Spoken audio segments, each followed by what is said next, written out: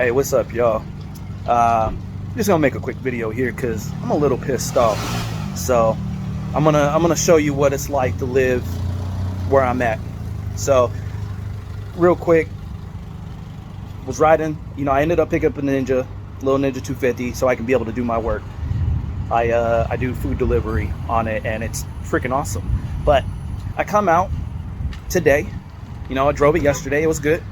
Come out today to see my plastics snapped. My carburetors have been stolen. They even took the boots. They cut the choke cable.